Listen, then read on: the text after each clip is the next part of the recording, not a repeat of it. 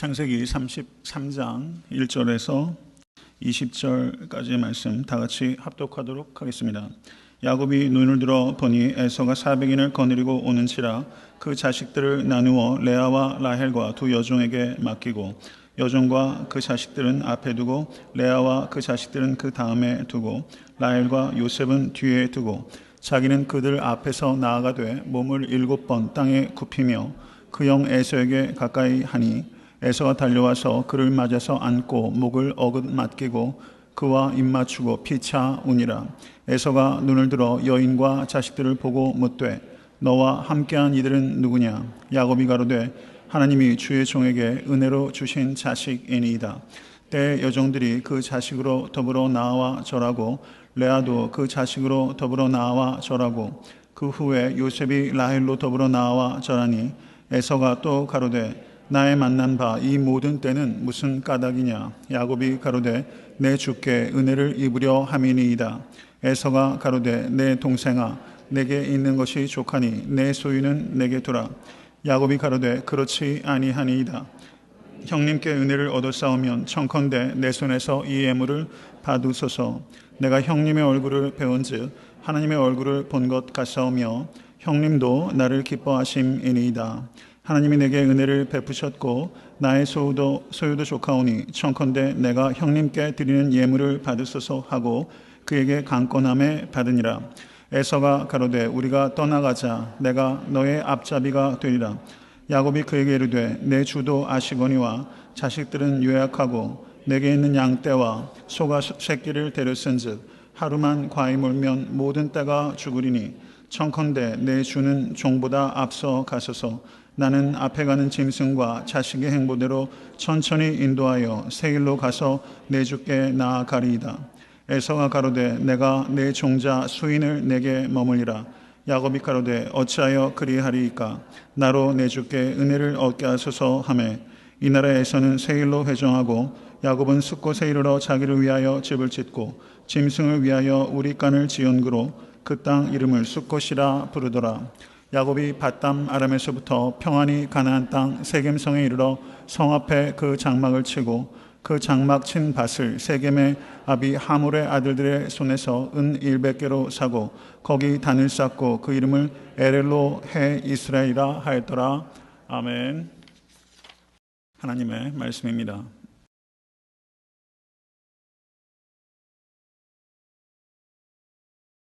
오늘 본 말씀은 여러분들께서 익히 잘 알고 계시는 야곱과 에서의 하화해 그리고 야곱의 가나안 땅의 정착 과정을 기록하고 있는 그 말씀이라고 볼 수 있습니다.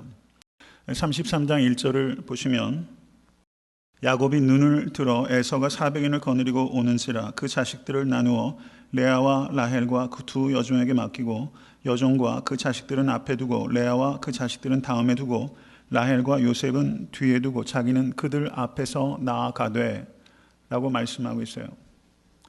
눈을 들어 보니 에서가 종이 말했던 대로 400명을 이끌고 질주해 오고 있는 것입니다. 에서가 400명을 데리고 온다는 소식을 듣고서도 야곱이 두려워하고 답답하고 있는데 이제 야복강가에서 하나님과 씨름한 후에 이 야곱은 400명이 눈앞에서 질주해 오는 것을 보고도 이 야곱은 침착하고 그리고 용기 있게 이 문제를 해결하고 있는 것을 우리가 볼 수 있다는 사실입니다. 야복강의 씨름 후에 변화된 모습이 분명히 나타나고 있다는 것을 우리가 볼 수 있습니다. 그런데 1절 말씀과 2절 말씀을 보시면 아직도 야곱에게 변화되지 못한 부분이 있다는 것을 또 우리가 발견할 수 있어요. 변화되지 못한 모습은 어떤 것입니까? 그것은 야곱이 제일 앞서 나가는데 그 바로 뒤에는 누가 있습니까? 여종과 그 자식들이 있고 그 다음에는 누가 있습니까? 레아와 그 자식들이 있고 제일 후방에는 누가 있어요? 라헬과 요셉. 그 야곱의 아들들이 몇 명입니까? 11명이죠. 아직 베냐민을 낳지 않았으니까요. 그런데 아들 10명의 이름은 호명하지 않고 있는데 누구의 이름만 이야기를 하고 있어요? 요셉만 얘기하고 있는 거예요. 그리고 이 순서된 배치를 보세요. 자기가 가장 편애하는 라헬과 요셉을 제일 후방에 돌리고 있습니다. 야복강에서 하나님과 씨름한 이 야곱은 항상 뒤에 숨던 사람이에요. 그런데 야복강가의 씨름 뒤에는 최후방에 있던 야곱이 최선방으로 가는 변화가 나타났어요. 그렇지만 아직도 이 아내들에 대한 편애와 그리고 요셉에 대한 편애는 바뀌지 않는 거예요. 변화된 야곱의 모습도 있는가 하면 정말 지긋지긋할 정도로 변화되지 않는 야곱의 모습 역시 여기서 우리가 볼 수 있게 되는 것입니다. 여러분, 이게 우리의 모습 아닌가 싶어요. 중생한 후에도 괄목할 만큼 변화된 내 모습이 있는가 하면 아직도 어떻게 되지 않는, 변화되지 않는 내 모습이 우리 가운데 있다는 것을 우리가 직시하고, 여러분, 하나님의 은혜를 간구하는 여러분과 제가 될 수 있기를 간절히 바랍니다. 4절 말씀을 보십시오. 3절 말씀을 보시면 야곱이 거기 어떻게 합니까? 7번 땅에 몸을 굽혔다라고 말합니다. 이것은 에서를 최대한 높이고 자기를 최대한 낮추는 행위예요. 이 행위는 형에게 그저 환심을 사기 위한 거짓된 제스처라고 보이지는 않습니다. 이것은 진정성이 있는 태도라고 보여져요. 저는 우리에게 이런 진정성이 있는 태도가 있게 되기를 간절히 바랍니다. 마음이 없는 태도는 크게 의미가 없어요. 그런데 마음이 변화되었다면 그 애티튜드도 마땅히 변화해야 된다고 저는 생각합니다. 여러분, 우리가 은혜 안에 거하는 형제 자매지만 우리가 마땅히 지켜야 될 예의가 있다는 것을 우리가 알아야 돼요. 우리는 흔쾌하게 서로 사랑하지만 그럼에도 불구하고 무례해서는 안 되는 것입니다.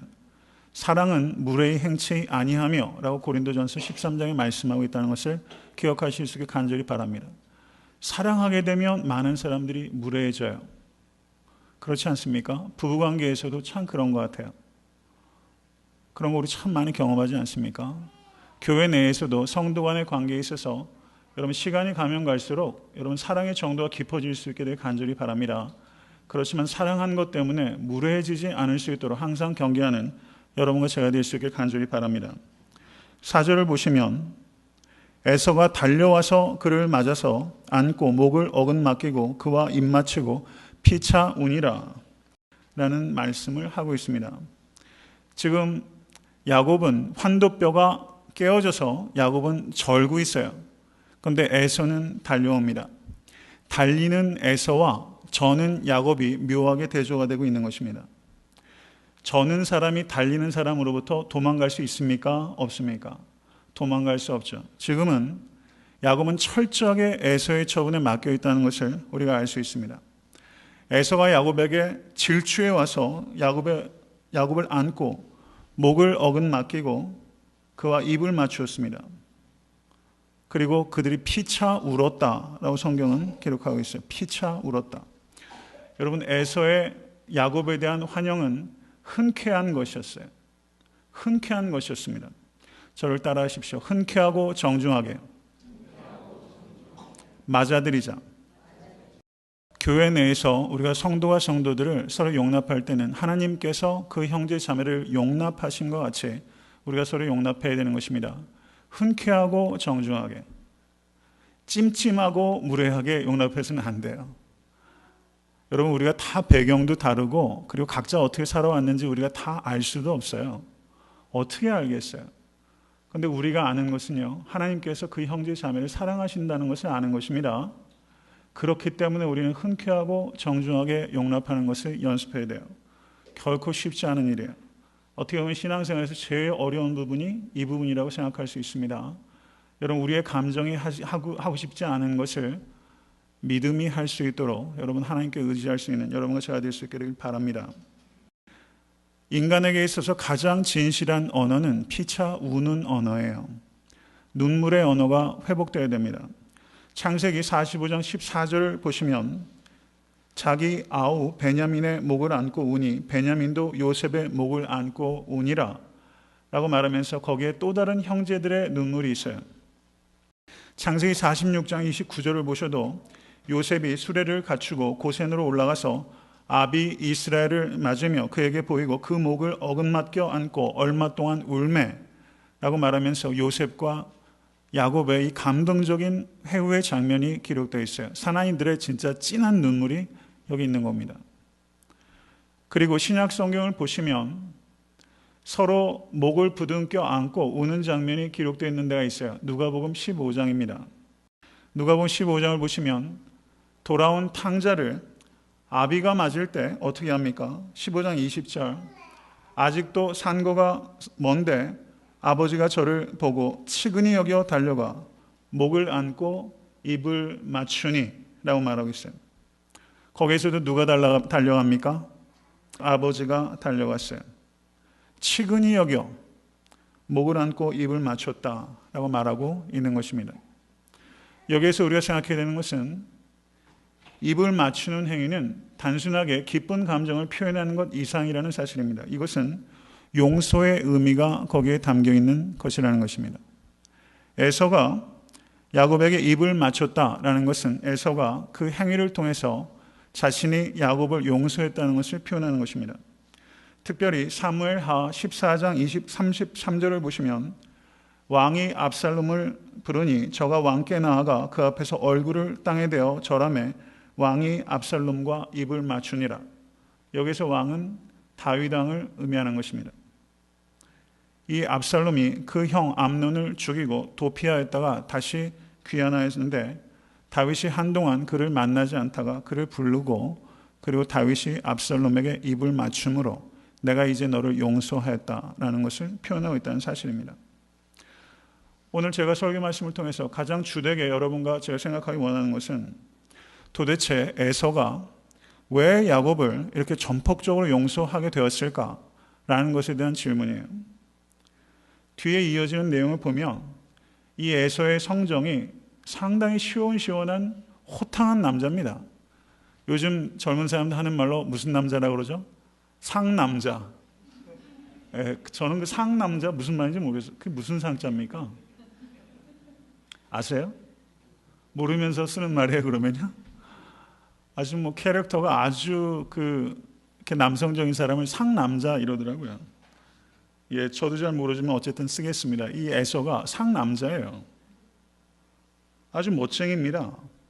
너 20년 전에 왜 그랬어? 묻지도 않아요. 그냥 달려가서 안고 입 맞추고 표현도 할 줄 아는 남자고요. 호탕하면서도 표현에 인색한 남자도 아니고 표현도 따뜻하다면 따뜻하다고 얘기할 수 있는 남자예요. 그렇죠? 그리고 뒤에 보십시오. 에서가 가로되 12절 말씀 우리가 떠나가자 내가 너의 앞잡이가 되리라. 여러분 제가 굉장히 좋아하는 말이 있어요. 우리라는 말을 전 굉장히 좋아합니다. 우리란 말을 할 줄 아는 남자예요. 여기에는 책임이 있는 말이죠. 우리. 여러분 한국에 우리 교회라는 교회도 있지만요. 정말 이 우리란 말 너무 중요한 것입니다. 더불어라는 의식이 없으면 그리스도인이라고 하기가 어려워요. 여러분 우리라는 의식을 가질 수 있는 여러분과 제가 될 수 있게 간절히 바랍니다. 내가 너의 앞에 서겠다 라고 말하면서 그 길을 가이드하겠다고 이야기하는 사람이에요. 이 에서는 상당히 호탕한 사람이에요. 제가 드리는 말씀은 성격이 좋으면 이렇게 용서가 되는 것일까? 여러분 성격 좋다고 안 되는 일이 훨씬 많아요. 이건 성격 가지고 되는 일이 아닙니다. 어떻게 이러한 화해가 일어날 수 있었을까? 이것을 우리가 깊이 한번 생각해 보는 거예요.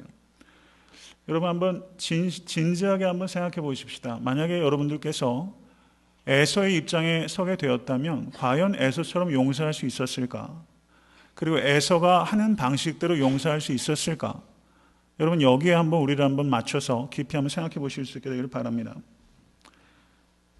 어떻게 이렇게 아름답고 그리고 갑작스러운 화해가 기적처럼 벌어질 수 있었을까? 그것은 야복강가에서 하나님과 씨름한 일이 있었기 때문입니다. 깨어진 관계가 회복되기 위해서 가장 중요한 것은 하나님과의 관계가 회복되어야 되는 것이라는 것을 우리는 본문의 문맥을 통해서 받아들여야만 되는 것입니다. 타인과의 관계가 변화되기를 원한다면 우리는 나와 하나님과의 관계가 변화되어야 된다는 것을 믿으실 수 있게 간절히 바랍니다. 여러분 제가 늘 하는 말씀이 있어요. 절 따라하십시오. 성령 충만은 관계 충만이다. 여러분 제일 어려운 게 관계잖아요. 제게도 제일 어려운 게 관계예요. 관계가 일시적으로 나빠지고 일시적으로 심각해질 수 있는데 여한 관계든 그것이 지속적으로 원수 맺는 것, 이것은 결코 그리스도인의 바른 태도 아니고 성숙한 그리스도인이라 할 수 없어요. 순간적으로 그리고 일시적으로 어느 정도의 기간 동안 관계가 심각한 위기를 겪을 수 있지만 그것을 고착시키고 더 악화시키고 하는 행위는 그것은 이유야 어쨌든 막론하고 그것은 결코 성숙한 태도라고 볼 수는 없다는 것을 우리가 깊이 생각해야 됩니다. 여러분, 용서와 화해가 벌어지기 위해서는 반드시 하나님의 은혜가 있어야 된다는 것을 여러분 받아들이실 수 있게 간절히 바랍니다. 용서는 의지로 안 돼요. 70번씩 7번이라고 용서하시는 주님의 말씀은 여러분 그것이 과장법입니까? 아니면 실제 그렇게 하라는 얘기입니까? 여러분 어느 쪽이라고 생각하세요? 그냥 과장하기 위해서 예수님께서 말도 안 되는 넘버를 이야기하셨다고 생각하십니까? 성경을 우리가 그렇게 읽기 시작하면 성경은 다 과장법이에요. 다 과장법이 돼요. 그렇게 되면 문제가 심각해지는 것입니다. 예수님께서 그 말씀을 우리에게 주신 그 의미를 깊이 생각할 수 있기를 간절히 바랍니다. 은혜에 의지해서 용서하고 화해할 수 있는 여러분과 제가 될 수 있게 간절히 바랍니다. 기독교의 윤리는 의지의 윤리가 아니라 은혜의 윤리입니다. 믿으십니까? 그 뒤에 이어지는 내용을 보세요. 에서가 야곱에게 이렇게 말합니다. 5절 말씀. 에서가 눈을 들어 여인과 자식들을 보고 묻되 너와 함께한 이들은 누구냐? 야곱이 가로되 하나님이 주의 종에게 은혜로 주신 자식이니이다. 하나님이 주의 종에게 은혜로 주신 자식이니이다. 여러분에게 주신 자녀들을 하나님께서 은혜로 주신 자식이라는 것을 진심으로 믿으시길 바라요. 진심으로 이걸 믿으면요, 여러분 자녀 교육이 달라질 것이고 자녀와의 관계가 회복될 것을 믿습니다. 하나님이 주의 종에게 은혜로 주신 자식이니이다. 그리고 그 뒤에 11절 말씀을 한번 보세요. 하나님이 내게 은혜를 베푸셨고 나의 소유도 조카오니. 자식도 하나님께서 은혜로 주신 것이고 재물도 하나님께서 나에게 은혜로 주신 것이다. 아멘. 하나님께서 은혜로 주신 거예요. 은혜로 주신 거예요. 여러분 정말 믿으실 수 있게 간절히 바랍니다. 나에게 주신 모든 소유도 하나님의 은혜고 나의 나됨도 하나님의 은혜예요. 야곱도 원망이 많던 사람이지 않습니까? 라반도 원망했고요. 그렇죠. 아침에 깨고 보니까 라헬이 아니라 레아였잖아요. 얼마나 원망이 됐겠어요. 그래서 낳은 자식들 야곱이 어떻습니까? 사랑스럽게 보이지 않았죠. 원망이었어요. 그런데 하나님이 주의 종에게 은혜로 주신 자식이니이다. 이렇게 말하고 있다는 것입니다. 여러분 똑같은 일이 벌어져도 이 사람은 하나님의 은혜라고 말하고 이 사람은 하나님께 원망을 해요. 똑같은 일에 대해서 반응이 달라요. 그리고 개인의 삶을 봐도 제 자신의 삶을 봐도 그래요. 어제는 똑같은 일이 그냥 원망이었어요. 근데 오늘은 똑같은 일이 너무 은혜가 되더라고요. 그게 삶인 것 같아요. 때때로 경제적인 어려움도 겪고 저도 공부할 때나 개척하면서도 디스크 때문에 어려움도 겪고 지금도 건강 문제 때문에 어려움도 겪지만 예전에는 어떤 문제가 그냥 원망할 때도 있었던 것 같아요. 근데 지나고 보면 똑같은 일이 또 은혜가 되더라고요. 여러분 너무 간단하게 생각하지 마십시오. 지금 나에게 닥치는 이 일이 이게 원망할 일이 아니라 원망할 일처럼 보이는 변장된 하나님의 축복이라는 것을 은혜의 눈으로 받아보실 수 있게 간절히 바랍니다. 감사하면 다 은혜예요. 예수 그리스도께서 십자가 위에서 나의 죄를 대속하여 주셨다 라는 것이 나에게 정말 나의 삶 속에 나의 생각과 의지와 감정 속에 그것이 다 들어가 있으면 은혜 아닌 게 없습니다. 다 은혜예요. 다 은혜예요.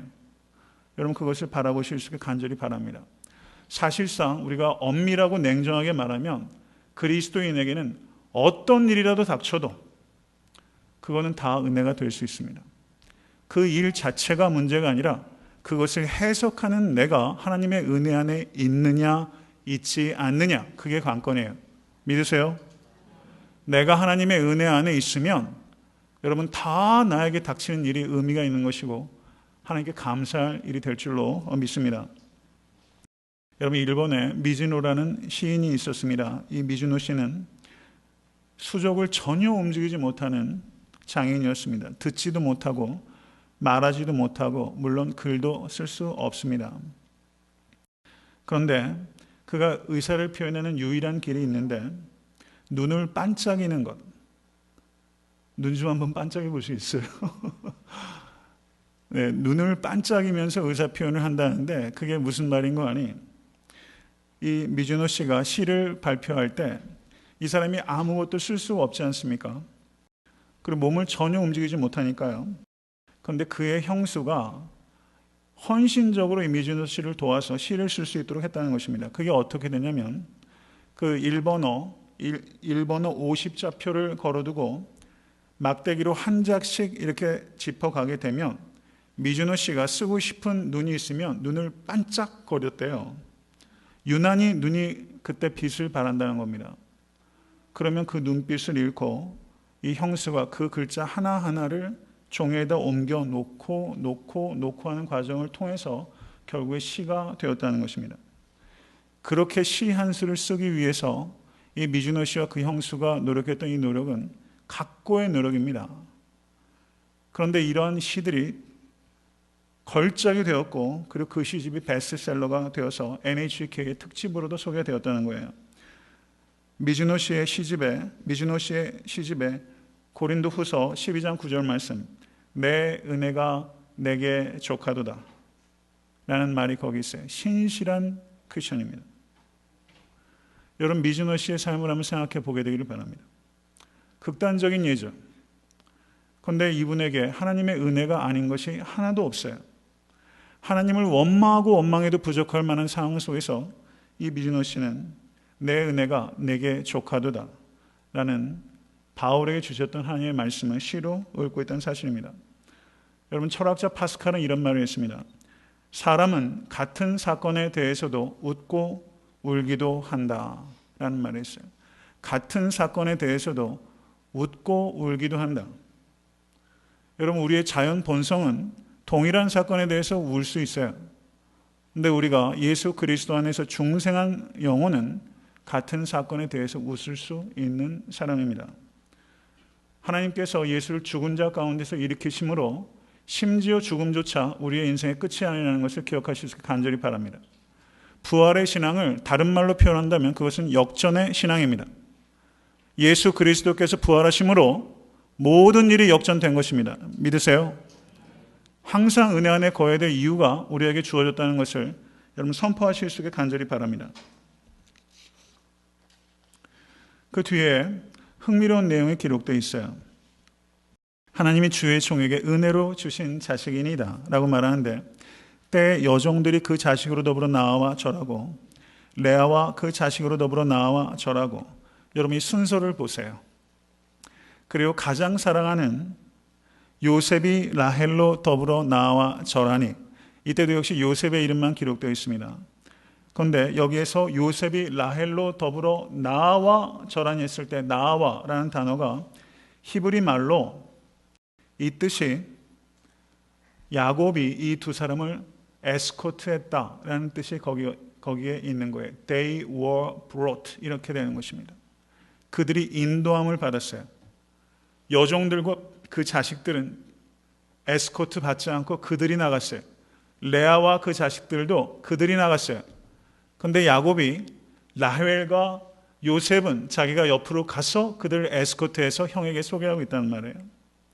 하나님이 주의 종에게 은혜로 주신 자녀이다. 여기에 야곱의 변화된 모습이 있다면 유독 라헬과 요셉만을 에스코트하는 그 모습에는 아직도 편애를 버리지 못한 이 야곱의 변화되지 못한 모습이 여기 보인다는 것을 우리가 보게 돼요. 여러분 오늘 저녁의 말씀을 통해서 여러분과 깊이 생각할 수 있길 원하는 것은 내가 에스코트하는 라헬과 요셉이 있을 수 있다는 거예요. 내가 아직도 내려놓지 못하는 그 무엇, 내가 아직도 여러분 끌어안고 에스코트하는 그 무엇이 나에게 있다는 것을 여러분과 제가 깨달을 수 있길 간절히 바랍니다. 그래서 그것을 내려놓으실 수 있는 이 저녁 될 수 있길 간절히 바랍니다. 그 뒤에 이어지는 내용을 보십시오.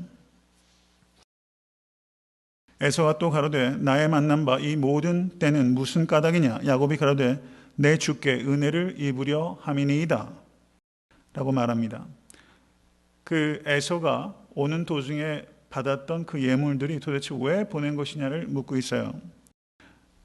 그러자 야곱이 대답한 것입니다. 9절의 말씀은 이제 에서가 말하는 것입니다. 내 동생아, 내게 있는 것이 족하니 내 소유는 내게 두라. 다시 한번 이 에서가 꽤 괜찮은 사람이라는 것을 볼 수가 있어요. 뭐라고 부릅니까? 야곱을 내 동생아 라고 부르고 있어요. 내 동생아. 그런데 33장 8절 한번 보십시오. 야곱은 에서를 뭐라고 부릅니까? 내 주께, 내 주라고 부릅니다. 13절 내 주도 아시거니와 14절 내 주는 종보다 앞서가소서 세일로 가서 내 주께 나아가리이다. 야곱은 에서를 내 주라고 연속해서 부르고 있어요. 그런데 10절의 말씀을 보십시오. 내가 형님의 얼굴을 배운즉 하나님의 얼굴을 본 것 같사오며 형님도 나를 기뻐하심이니이다 라고 말하면서 여기에서 형님이란 말이 나타나고 있는데 실제 성경 원어는 형님의 얼굴이 아니에요. Your face입니다. Your face. 형님이 아니라 you예요. 근데 이것을 형님으로 의역한 거예요. 괜찮아요. 그런데 성경 원어의 원래 의미는 여기에서 you라고 말하고 있다는 것입니다. 제가 드리는 말씀은 지금 에서는 야곱을 기꺼이 내 동생이라고 말하고 있는데 야곱은 어때요? 내 주라고 말해요. 왜 이렇죠? 도둑이 제발 저리는 거죠. 도둑이 제발 저리는 거예요. 야곱이 이렇게 말하는 게 저는 충분히 이해가 되고 이 호칭 하나에도 너무 절묘한 인간의 심리를 반영하고 있다. 이런 상황에서 낼름, 형님 이렇게 하기 사실 어렵죠. 네, 내 주라고 말하면서 이렇게 말하고 있는 것을 보면서 저는 성경이 참 이 작은 세세한 부분에 있어서까지 이게 실제 일어난 상황이기 때문에 이렇게 쓸 수 있다. 저는 그렇게 봐요. 실제 일어난 상황이에요. 그리고 실제 사람의 심리 상태가 이런 거예요. 이렇게 반영하고 있다고 저는 봅니다. 저는 상당히 흥미롭게 이 부분을 봤습니다. 내 동생아 라고 말했어요. 이 말의 의미가 상당히 큽니다. 사도행전 9장 17절에서 19절을 보시면 거기에 그렇게 말합니다. 사도 바울이 다메섹으로 가서 다메섹의 기독교 공동체를 핍박하고자 했습니다. 그런데 가는 길에 부활의 주님을 만났어요. 그리고 부활의 주님께서 아나니아에게도 만나셔서 아나니아에게 바울에게 가서 안수하라고 말씀을 하세요. 아나니아가 바울에게 갑니다. 사도행전 9장 17절에서 19절 말씀. 아나니아가 떠나 그 집에 들어가서 그에게 안수하여 가로되 형제 사울아 주 곧 내가 오는 길에서 나타나시던 예수께서 나를 보내어 너로 다시 보게 하시고 성령으로 충만하게 하신다. 이렇게 말했어요. 아나니아가 바울을 뭐라고 말합니까? 형제 사울아, 내 동생아. 이 말과 저는 형제 사울아라는 말이 묘하게 겹친다고 봅니다. 여러분, 아나니아는 다메섹의 기독교 공동체의 수장이에요. 그리고 이 바울은 이미 그 예루살렘에서 기독교 공동체를 잔해하던 사람이고, 그리고 다메섹에 있는 기독교 공동체를 해체하기 위해서 오는 대적입니다. 그런데 이 아나니아가 그 사람 옆에 서서 뭐라고 말합니까? 형제 사울아라고 말하고 있어요. 사도행전 22장 12절에서 13절의 말씀을 한번 보시기 바랍니다. 사도행전 22장 12절 13절 다 같이 읽겠습니다. 율법에 의하면 경건한 사람으로 거기 사는 모든 유대인들에게 칭찬을 듣는 아나니아라 하는 이가 내게 와 곁에 서서 말하되 형제 사울아 다시 보라 하거늘 즉시 그를 쳐다보았노라. 여기에서 형제 사울아라는 이 호칭의 의미가 없다면 바울이 자신의 간증을 하면서 이 부분을 언급해야 될 이유가 없는 것이죠. 형제 사울아, 내 곁에 와서 서서 말하되 형제 사울아 라고 나에게 말했습니다. 그 말이 아직도 나에게 큰 충격과 여운을 주고 있습니다 라고 사도 바울은 이 사건을, 이 호칭을 의미 있게 말하고 있다는 사실입니다. 원수를 형제라고 말할 수 있는 공동체는 오직 기독교 공동체밖에 없는 것입니다. 이것이 기독교 공동체의 정수요 능력이라는 것을 기억하시는 여러분과 제가 될 수 있게 간절히 바랍니다. 제가 좋아하는 성경학자 중에 윌리엄 바클레이라는 분이 있어요. 한국에 그분 책이 번역이 돼 있더라고요. 저는 몰랐어요. 그 책을 좀 읽어보시면 좋을 것 같아요. 윌리엄 바클레이의 주석은 상당히 좋은 책입니다. 거기에 보면 그분이 이런 이야기를 했어요. 기독교 역사에 잊혀진 영웅 중에 한 명으로 아나니아가 있습니다 라고 말했어요. 사도행전 9장의 이 아나니아는 영웅이에요. 원수를 향해서 가서 그 곁에 서서 형제 사울아 라고 말할 수 있었다는 것입니다. 이것은 영웅적인 믿음의 행위입니다. 여러분, 바울에게는 2명의 스승이 있었어요. 바울이 회심한 것은 다메섹에서 부활하신 주님을 만났기 때문입니다.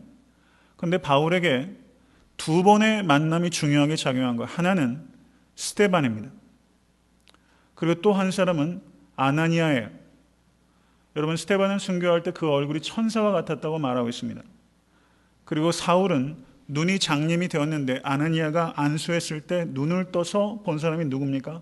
아나니아의 얼굴이에요. 사울에게는 이 2 사람의 얼굴이 있는 거예요.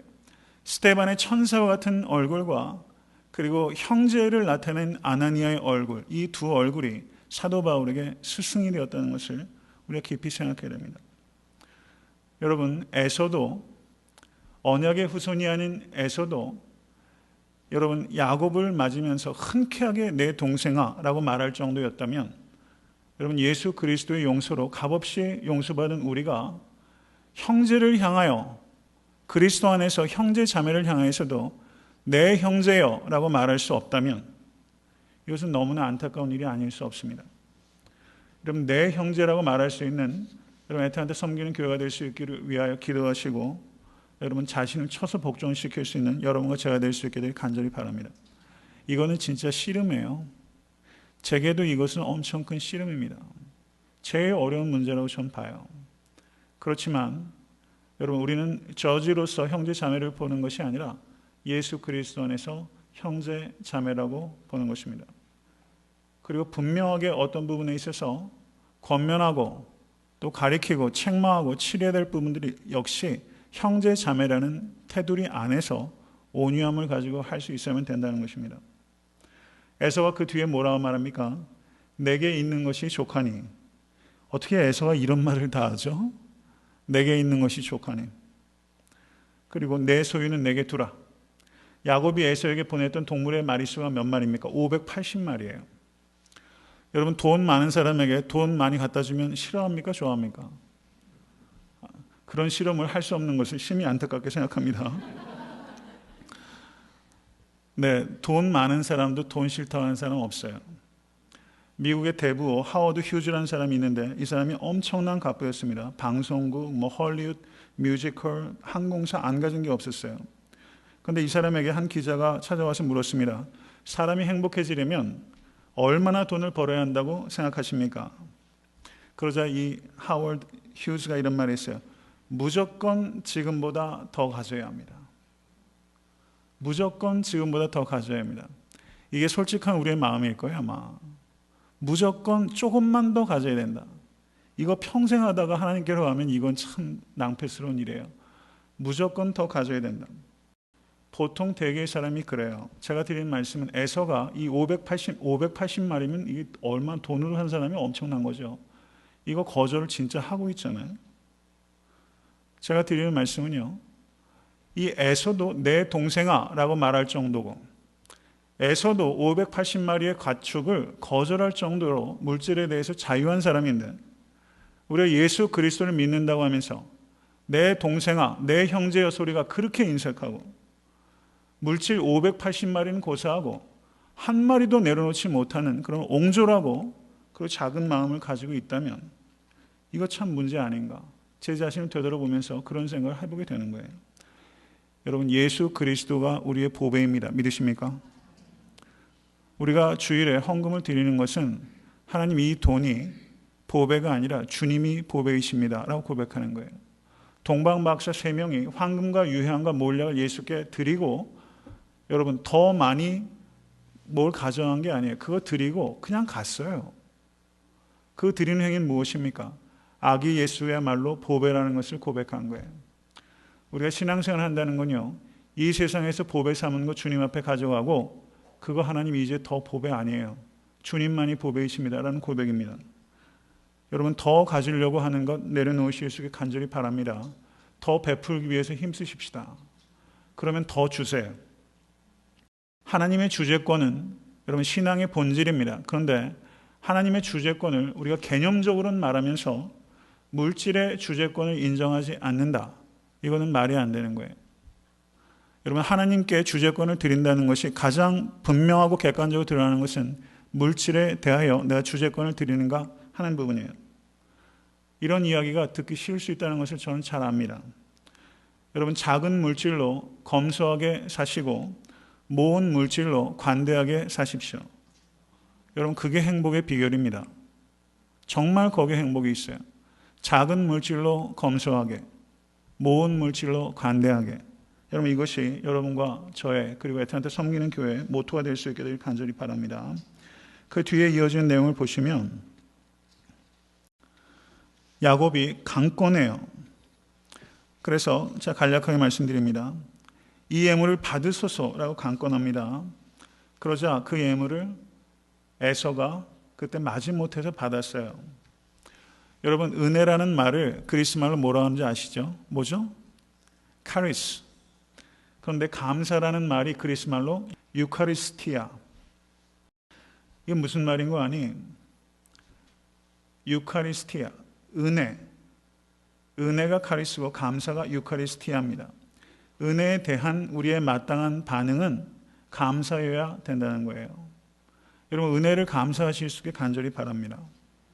여기에서 이 야곱은 그 예물들을 원래는 어땠습니까? 뇌물로 원래 주려고 했던 거잖아요. 그런데 여기에서는 뇌물을 줘야 될 이유가 사라졌어요. 이미 용서를 받았기 때문에. 이 뇌물이 아니라 진짜 예물로 바뀌게 된 거예요. 정말 그 감사를 물질에 담긴 의미가 바뀌었어요. 목적이 바뀌었어요. 정말 드리게 된 거예요. 여러분, 외솔 최현배 선생이 있습니다. 이분이 조선어학회 사건으로 3년간 옥고를 치렀고 그리고 해방 후에도 한글 사랑을 위해서 평생을 바친 중요한 한글 학자입니다. 그런데 그분이 옥고를 치르고 나서 일입니다. 이 선생의 집 앞마당이 누가 청소했는지 항상 깨끗한 거였어요. 가만히 보니까 매일 새벽에 와서 마당을 쓸고 가는 한 명의 낯선 청년이 있었습니다. 그래서 마을 사람이 그 청년을 붙들고 묻는 거예요. 도대체 청년, 왜 외솔 선생의 집에 가서 아침마다 새벽에 그 마당을 닦는가 했더니 그 청년이 이렇게 말하는 겁니다. 저는 함흥 감옥에서 선생님과 한 방에 있었습니다. 제가 배탈이 나서 크게 고생한 적이 있었는데 선생님께서 저를 보시고 굶으면 낫는다고 하셨습니다. 그리고는 저 혼자 굶으면 어려울 테니 나도 자네와 같이 굶겠네 라고 하시면서 저와 하루를 꼬박 같이 굶어 주셨습니다. 그리고 저를 정성껏 돌봐주셨습니다. 그런데 감옥에서는 제가 은혜를 갚을 길이 없어서 안타까워하고 있던 차에 이제 감옥에서 나왔기 때문에 선생님 앞마당이라도 쓰러지자는 마음으로 매일같이 청소하게 되었습니다 라는 이야기예요. 이 작은 에피소드인데요, 이런 이야기를 들으면 좀 머리가 좀 환해지는 것 같아요. 하도 세상에 악한 얘기들이 많이 있다 보니까. 여러분, 은혜를 받으면 그 은혜에는 감사할 줄 알아야 돼요. 여러분, 하나님의 은혜에 감사하실 수 있게 간절히 바랍니다. 하나님의 은혜에도 감사할 줄 모르면 사람의 은혜는요, 감사 못해요. 가만히 보면요, 제 자신을 봐도 제가 늘 하는 말씀이 있죠. 은혜는 물의 색이고 원수는 돌의 색이에요. 가만히 저를 봐도 그래요. 은혜는 물의 색이고 원수는 돌의 색이에요. 누가 나한테 좀 잘해주면 내가 그 정도 대접 받을만 했다고 생각하고, 누가 조금만 서운하게 하면 여러분 그것을 돌에 새겨가지고 요시 하고서 그냥 아주 마음을 독하게 먹을 때가 얼마나 많은지 몰라요. 우리의 자연적인 본성은요, 다 거기서 거깁니다. 여러분, 정말 그리스도의 은혜 안에 거하실 수 있게 간절히 바랍니다. 나 섭섭하게 한 일, 나에게 악하게 한 일 그냥 물에 한번 쓰시고 휘 저어버리세요. 그리고 은혜 받으신 일은 돌에 새겨야 됩니다. 은혜 갚으실 줄 알아야 돼요. 여러분, 은혜 갚는 방법이 여러 개 있는 거예요. 그 앞마당 쓰는 일도 할 수 있잖아요. 꼭 돈이 안 들어도 여러분 감사할 줄 알아야 됩니다. 여러분, 이런 이야기가 있습니다. 종교개혁자 마틴 루터의 절친이었고 천재적인 신학자 중에서 멜랑이톤이라는 사람이 있었습니다. 그 사람이 이런 이야기를 했어요. 그리스도를 안다는 것은 그리스도의 은혜를 아는 것이다. 이런 말을 했어요. 그리스도를 안다는 것은 그리스도의 은혜를 아는 것이다. 오늘 예배를 시작하면서 찬송가 459장을 찬양 드렸습니다. 그 2절을 보면 몸도 맘도 연약하나 세임받아 살았네. 물 붓듯이 부으시는 주의 은혜 족하다. 여러분, 물 붓듯이 부으시는 주의 은혜. 여러분, 이 은혜 안에 정말 거하고 싶지 않으십니까? 여러분, 우리가 거해야 되는 것은 주의 은혜 안에 거해야 되는 거예요. 은혜 받으면 사람이 변하고 은혜 받으면 관점이 변해요. 여러분, 책 읽어서 관점 잘 안 바뀝니다. 정말 사람이 바뀌려면요, 은혜 받아야 돼요. 여러분, 사도 바울은 이방인을 지옥의 땔감처럼 여겼던 아주 엄격한 유대인이었어요. 그런데 사도 바울이 은혜 받자 이방인을 위한 선교사로 헌신하지 않습니까? 완전히 바뀌었어요. 그렇게 바뀌는 것은 어떤 철학이 들어오거나 경험 가지고 되는 게 아니에요. 예수 그리스도의 은혜만이 사람을 바꿀 수 있는 것입니다. 여러분, 은혜를 구하실 수 있는 여러분과 제가 될 수 있게 간절히 바랍니다. 그 뒤에 이어지는 이야기를 한번 보십시오. 이 뒤에는 역시 흥미로운 과정들이 기록되어 있습니다. 야곱이 에서에게 예물을 받아달라고 강권하자 에서가 그것을 수용했어요. 그 뒤에 있는 얘기는 에서가 야곱에게 우리 같이 가자라고 강권하는 겁니다. 그런데 야곱이 그것을 거절하는 내용이 기록되어 있어요. 흥미로운 과정이 좀 기록되어 있는 겁니다. 12절 말씀 보십시오. 에서가 가로되 우리가 떠나가자. 내가 너의 앞잡이가 되리라.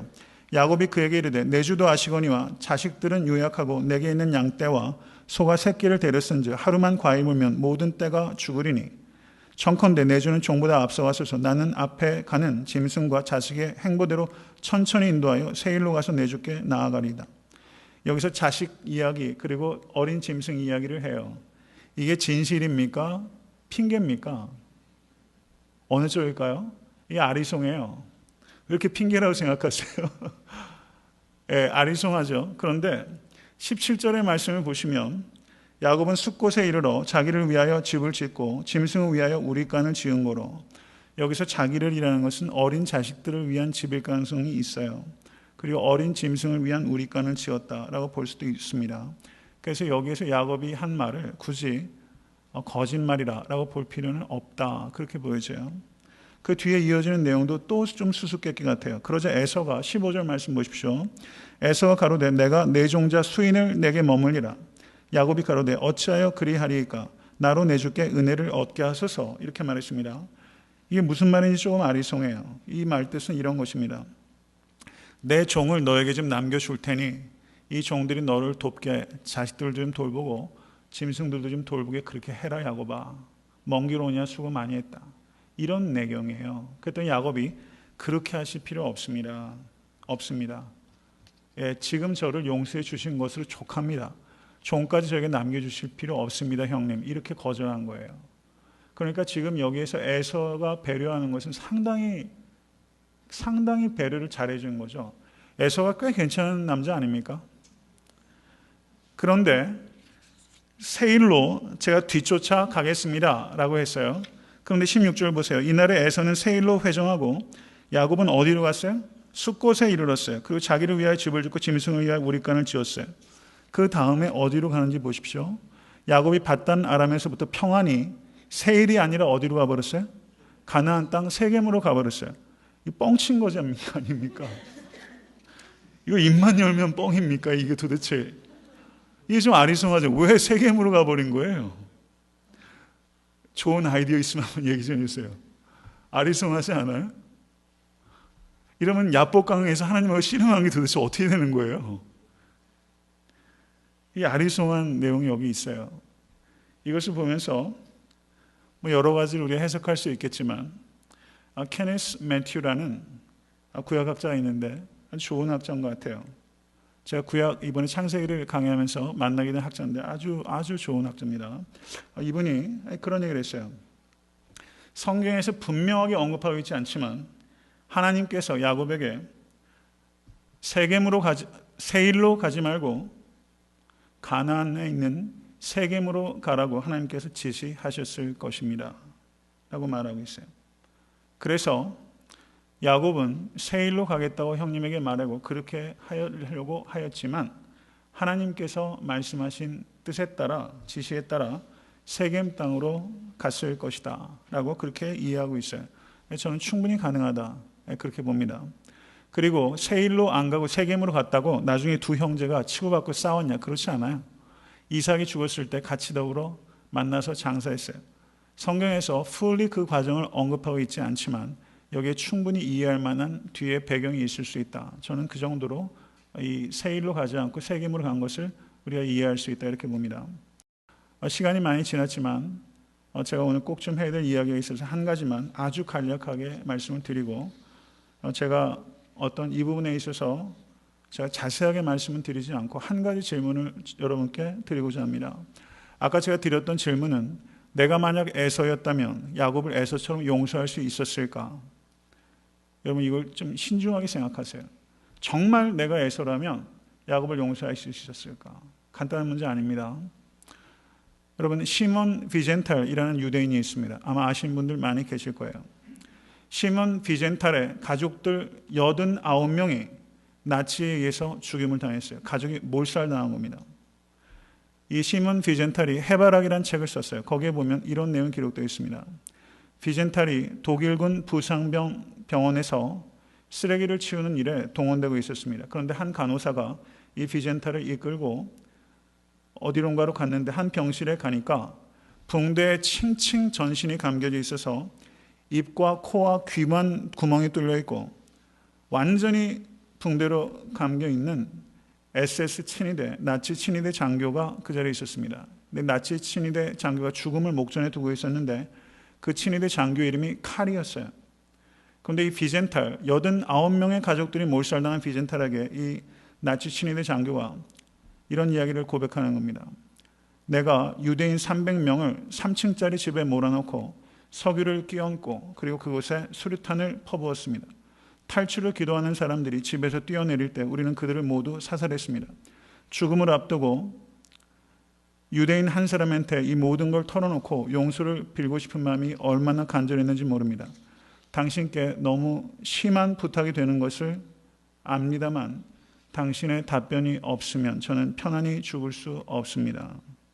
라고 말하면서 300명의 유대인을 죽인 이 나치 친위 장교가 한 명의 유대인에게 용서를 구하는 상황이에요. 비젠탈이 1000만 근의 무게가 자신의 어깨를 짓누르는 것 같았다. 그리고 거기에 그렇게 씁니다. 나는 마음을 정하고 아무 말도 그에게 하지 않고 방을 나왔다. 그리고 20년이 지나도록 비젠탈은 그 방에서 그 나치 친위대 장교를 용서하지 않은 것에 대해서 복잡한 심경을 버리지 못하다가 유대인과 비유대인, 천주교인, 개신교인, 그리고 무종교인을 막론하고 윤리 분야에 있어서 세계 최고의 석학자들에게 글을 보내서 당신이 나였다면 어떻게 했겠습니까? 라는 질문을 던졌다는 거예요. 당신이 나였으면 어떻게 했겠습니까? 여러분께서 만약에 비젠탈이라고 한번 생각해 보세요. 내 가족 89명이 죽었어요. 용서해달라고 이야기를 해요. 그럼 나는 어떻게 하였겠는가? 여러분 이스라엘 비밀 정보국이 모사드라는 겁니다. 전 세계에서 아주 유명한 정보기관입니다. 이 모사드가 이 나치 전범들을 지금도 추적해요. 근데 아르헨티나로 전범들이 많이 도망가지 않았습니까? 아르헨티나에서 아돌프 아히히만이라는 독일군 그 살인마가 잡히게 됩니다. 그때 비젠탈이 뭐라고 말했냐면 용서합시다. 그러나 잊지는 맙시다. 라고 유대인에게 말했어요. 용서합시다. 그러나 잊지는 맙시다. 유대인들의 반응이 어땠겠어요? 비젠탈로 모든 화살이 쏟아지죠. 나치의 희생자들 중 어느 누구도 비젠탈에게 나치를 용서할 수 있는 권한을 위임한 적이 없다. 나치가 참여한다고 해도 용서해서는 안 된다. 그것은 희생자들에 대한 배신행위요 또 다른 불의의 폭력일 뿐이다. 라고 말했습니다. 그리고 하버드 대학교의 철학 교수 중에 하버드 마르쿠제라는 교수가 이런 말을 했어요.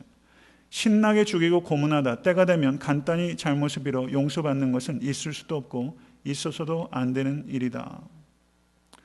저는 여러분의 질문을 드리고 마치고자 합니다. 비젠탈의 질문, 당신이 나였다면 어떻게 하겠습니까? 라는 질문을 저는 이렇게 바꿔내야 된다고 믿습니다. 만약에 예수님이시라면 나치 친위대 장교가 용서를 구했을 때 어떻게 하셨을까요? 저는 이것에 대해서 우리가 성급한 대답을 하는 것은 오히려 문제의 무게를 가볍게 하는 것이라고 생각해요. 저는 이것에 대해서 대답하지 않고 고민할 수 있게 되길 바랍니다. 만약에 예수님이시라면 그런 상황에서 어떻게 하셨을까? 여러분, 그리스도인은 항상 질문을 이렇게 바꿔내야 돼요. 내가 누군가의 관계 속에서 어려움을 겪고 있다면 여러분, 만약에 예수님께서 이런 상황에 닥치고 계시다면 예수님께서는 어떻게 하시겠는가? 여러분, 용서의 행위는 의지의 행위가 아니라 믿음의 행위입니다. 믿음이란 예수 그리스도의 삶의 방식을 내가 따라간다는 것을 동의한다는 것을 의미하는 거예요. 여러분, 신앙생활하는 거 참 어렵습니다. 그렇지만 가장 귀한 것이라는 걸 생각하시고, 혹시 내 마음속에 용서가 도저히 안 되는 누군가가 있다면 오늘 저녁에 여러분 그것을 가지고 씨름할 수 있는 저녁 될 수 있게 되길 주님을 간절히 축원합니다. 말씀 생각하면서 기도하겠습니다.